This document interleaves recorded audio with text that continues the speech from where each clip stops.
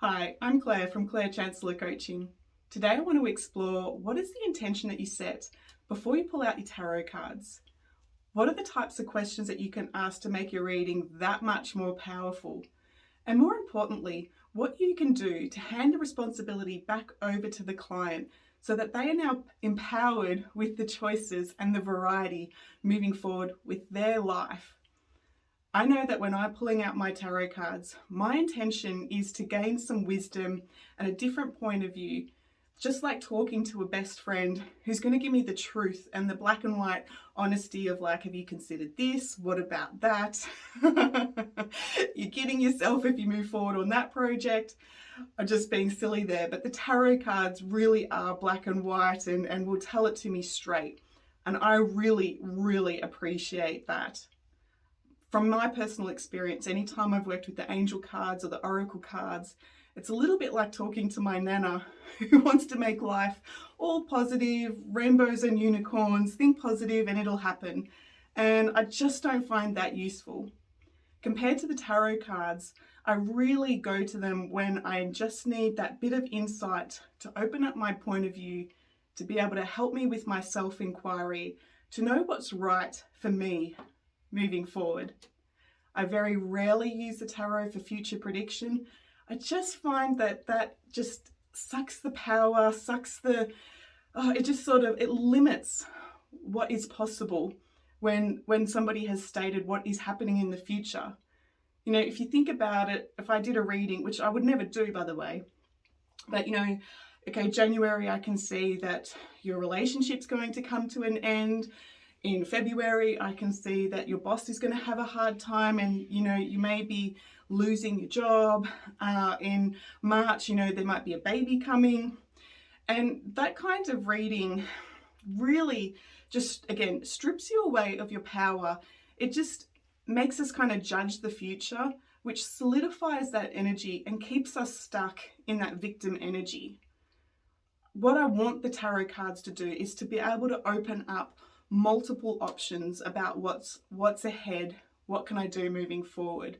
And I keep saying that what we can do moving forward, because that's exactly what the tarot cards are designed to do, is to help us as a tool to move forward. But it doesn't tell us what to do.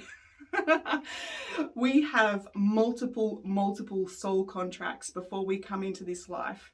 And so if you're somebody who has a soul contract to learn what it's like to be empowered, your blueprint is going to have many different options, many different bubbles of reality for you to explore what it's like to step into that sense of empowerment. And that may mean that you have to go through a messy breakup. That may mean that you have to evaluate where you're living or what your job is. And this is life working for us to step into our empowerment rather than staying small and limited. So the tarot cards are going to give us some guidance on how to manage that, to have a look at the fears that are coming up or the guilt or what we can do to heal the past. So we're making choices from an empowered place rather than that limiting point of view, right? I know that I could tell a woman, okay, I'm seeing a baby coming forward, there's a baby in the queue, they want to come forward really quickly. And that woman might say like, no, I am not ready to be a mum. And in that moment, she makes that decision to make sure that she does not get pregnant. And so it's not the card saying like, yes, there is a baby coming, whether you like it or not, but it is saying, you might be a bit too flexible, a bit too, I can't think of the word, but you might actually need to be a bit more mindful about, your the risks that you're taking with your partners. So I would find that really helpful. On the other hand, the team is starting to talk to me. They're saying, and on the other hand, if you're somebody who's doing IVF or wanting a baby, they can absolutely give you some guidance on what needs to happen to make that baby come in a lot quicker. On that note, I know that I've worked with people where I've said to them, okay, we're in January now, but the little one's planning on coming forward, September. If you start to resolve some of that fear, that what it's like to be a mum, what if I'm, all of those sorts of insecurities, if you start to actually heal those, the passageway, the doorway will be a lot easier for that little one to come in. And so with that particular client that I'm thinking of, she did that self-inquiry. She resolved some of that fear and that insecurity and what it means to be a mum. And sure enough, yes, that little one did come forward. So that's what I'm talking about when it comes to the tarot cards, is exploring the obstacles that are stopping you from having what you want. You've clearly got that desire for a reason. It's there. It's part of your intuition pulling you forward. We just sometimes need that help to know, okay, what am I not looking at? And that's what the tarot is for. So the tarot works best when we ask the types of questions about what is possible, what are the doors open for me if I go down this path, if I go down that path. The tarot is brilliant at that, especially when you know how to work with your tarot guides and trusting that intuition, that the information that you're getting is clear and accurate and with integrity. So let's say that I've got a client in front of me who's like, Claire, I want to buy a house. I'm ready. Where is it? What do I need to do?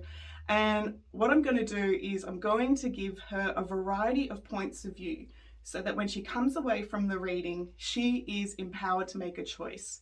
The types of questions I'm going to ask the team, and I'm going to have lots of cards out on my table in front of me.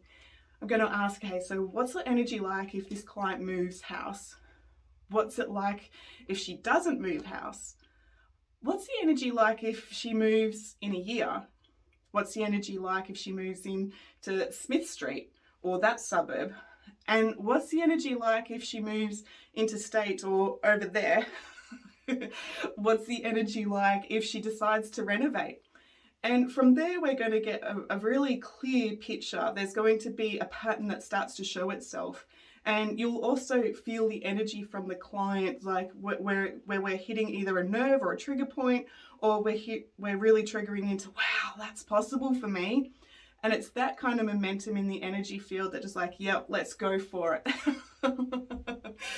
So give your client multiple points of view and just allow the reading to move forward. You know, once, like if they start to ask, okay, well, what if I do move interstate?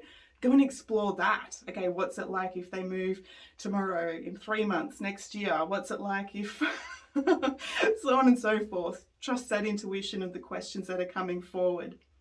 Make sure that you take the lead when you're holding your tarot cards and you know what works best for you with your tarot guides. You know, my tarot guides love to give people different choices because they know that we all have free will, that we all have the power to choose, collapse one timeline and open another. That's part of our soul contract where we have the freedom to do that. So I know that with my guides, I do need to work in that kind of manner of, okay, what's the best timeline? So that I come back to that original point there. Take the lead and ask the questions that work for you. Don't just let the sitter have to try to make up the questions and sort of fumble, because as I know with my tarot guides, there's a few loopholes that they like to play with. Some of those are around timing. Some of those are around reading for a third or fourth party. There's some loopholes where I have to find the maze to be able to get the answers. And I wouldn't expect the sitter to know that. I just know that about that with the way that my guides work with me. So, so make sure before you have a reading that you set the intention, calling in your team, asking for the highest truth, asking for a reading with integrity and honesty that will help this client in the best way. Taking charge, being in the lead, and just having a really beautiful experience with that person sitting in front of you with that wonderment, that curiosity about what's possible. I'm Claire from Claire Chancellor Coaching. I hope that's helped, and I will talk to you later.